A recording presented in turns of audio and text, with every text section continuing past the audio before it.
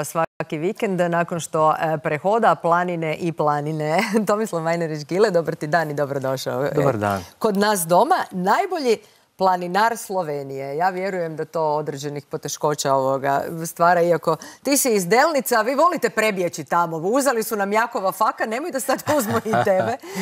Kako to, mislim, nije ti prvi put, ti si treći put najbolji planinar Slovenije. Znači, ovo takmičenje traje 19 godina. Prije 3 godine sam prvi put čuo za njega. Od kad sam čuo, stalno pobjeđujem, tako da nisam znao da prije postoji, ali evo, bolje ikad nego nikad, tako da. Slovenci će sad smisliti neke trikove, tako da sljedeći puta možda ne budeš prvi. Kako se uopće vrednuje, odnosno boduje, kako se dođe do tog statusa najboljeg planinara? Pa ovako, znači, sistem je vrlo jednostavan. Radi se o godini dana, o neki 365 dana godine, gdje treba biti čim više vrhova, čim više domova i tih nekih drugih planinarskih lokaliteta. S time da onda, evo ga možeš vidjeti kako to izgleda, skupljaš žigove. Žigovi su znači dokaz da si bio na tom lokalitetu i bodovi se skupljaju do 1000 metara 1 bod, do 2000 metara 3 boda, a iznad 2000 metara 5 bodova. I ko se kupi najviše, taj je pobjedio.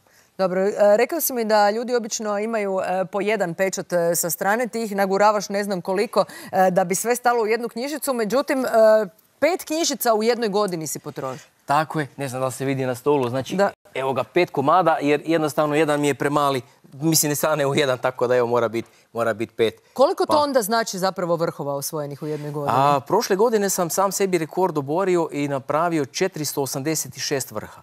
Koliko to znači vremena realno? Koliko si ti u tim planinama? Pa barem 3 dana tjedno. Barem 3. Barem 3. Dobro, mislim i živiš u Delnicama, ajde, to je već neka malo veća kota, ali to ti se ne računa vjerojatno pod normalno. Računa mi se i to je dobro, to je sreća. Dakle, tu si zeznuo Slovence, dobro. Dobro je da imam tih par vrhova, recimo Črmaš, Mali Petehovac, Drgomalj, pa su to vrhovi iznad 1000 metara, pa je 3 boda. Pa 3 po 3 kroz godinu pa se nakupi. Odlično.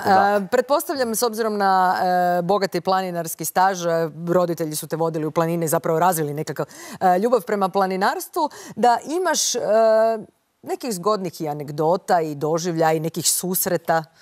Bude svega i svačega zanimljivoga, stvarno jako puno dragih ljudi upoznaš. Čak se usudim reći da nisam nijednog lošeg čovjeka upoznao koji je u prirodu, ko se bavi ičim u prirodi, evo loše iskustvo nisam imao. Bez obzira na nacionalnost i na zemlju. A recimo simpatično je bilo jednom kad smo bili u Sloveniji, sam upoznao Borata Pahora, znači slovenskog predsjednika. I on je planinario? I on je išao planinari. I to ja ne bi niti skužio, nego imam jednu prijateljicu iz Kočevja koja me jako okolo vodi, pokazuje mnoge stvari koje sam ne bi nikad našao. I idemo mi kroz Kamnik i kaže na slovenski: Gile, lajga, Borut. Ja gledam, kateri Borut? Ja, Pahor je. Stvarno pogledam Borut Pahor. I sad brzo na ručnu, na benzinsku, taman je bilo mjesta malo za stat.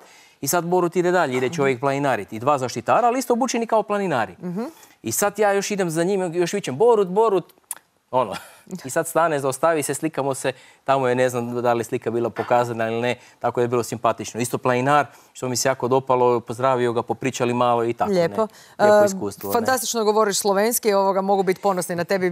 Mogu ti dati, naravno, titulu najboljeg slovenskog planinara. Evo, fotografija sa Borutom Pahorom. Oba dvojica, ogromni smiješak, vidi se da vam je bilo lijepo. Što te motivira zapravo da i dalje stalno odlaziš u prirodu? Pretpostavljam da ćeš se baciti i na 4. titulu, ako Slovenci ne smisle neki trik da te u tome osujete.